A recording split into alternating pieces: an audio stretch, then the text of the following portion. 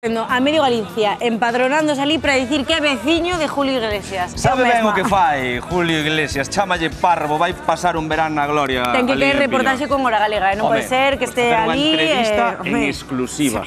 E ti sabías, Lamela, que hoxe no campo da Madroa da cidade de Vigo xuntáronse estrelas do Dépor, do Celta e caras ben coñecidas da televisión de Galicia? Pois moi mal que non nos chamaron, porque eu polo menos son a pichichi, a min chamame Ronaldinha na escola, pero eu se non xogo con Galloso, se non xogo con Galloso non xogo. Galloso creo que ten unha gran esquerda, pero isto pasou e fíxose polo partido dos 40 anos da televisión de Galicia, que se le celebrou dentro do marco do torneo MS2, que se celebra todos os anos, pois para apoiar a integración de persoas con discapacidade intelectual. Un gran evento que na Hora Galega non quixemos perder por nada do mundo. E por riba con bo tempo. Hoxe viñemos ata a cidade deportiva da Madroa porque os xogadores do Deportivo do Celta da Liga Genuín xogarán mesturados por a Televisión de Galicia, comandados por Terio Carrera, para celebrar os 40 aniversarios da cadea. Eu, por se acaso, trouben roupa e botas por se me toca darlle unhas patadas ao balón, que nunca se sabe. Imos alá.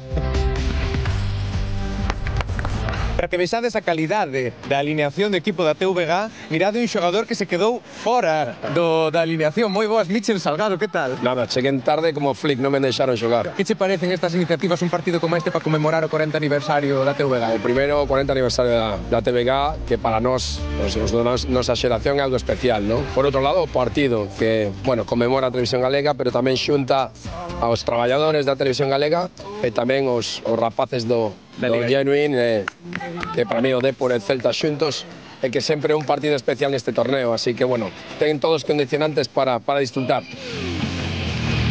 Estamos aquí co dianteiro Pichichi, Rubén Ríos, a ver, que tal? O Pichichi hai que demostralo aínda, que está a un nivel superior a nós. Primeira parte, 0 goles. 0 goles, pero máis ocasións para eles, Polo que vexo, estades metendo unha boa malleira aos da TVG, Non é por nada, pero en canto ao xogo, moito mellor, O TVG, moi que se va meter unha malleira a TVG, e así chegamos un partidillo con eles. Que tal é enfrentarse aos da Televisión de Galicia? Están en forma ou non? Ou hai algún que debe igual adelgazar un pouquichín a poñerse máis en forma?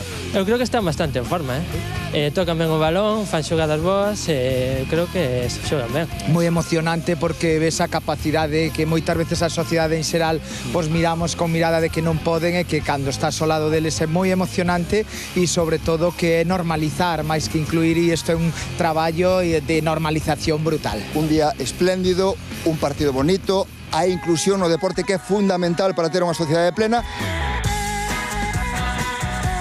Que lles acabas de dicir aos teus xogadores para que se preparen para este treito final do partido? Bueno, sobre todo que sigan coa intensidade coa que comenzaron antes, que hai que darlle caña aquí a xente da TVG, que disfruten, que eles xa saben xogar perfectamente. Saben que son mellores? Seguramente sepan, sí. A ver, non pasaba un balón por ti, mi madriña. Es que estoy más cómodo jugar de central. Antes era medio centro y me pusieron central y ahora estoy más cómodo jugar en el central.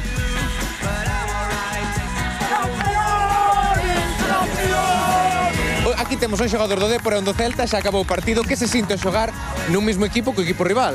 Pues yo me lo paso muy bien con él, coincidimos en las sedes y lo importante es participar y pasarlo bien. Tengo amigos, vamos a Portaventura y hacemos actividades juntos, todo el equipo.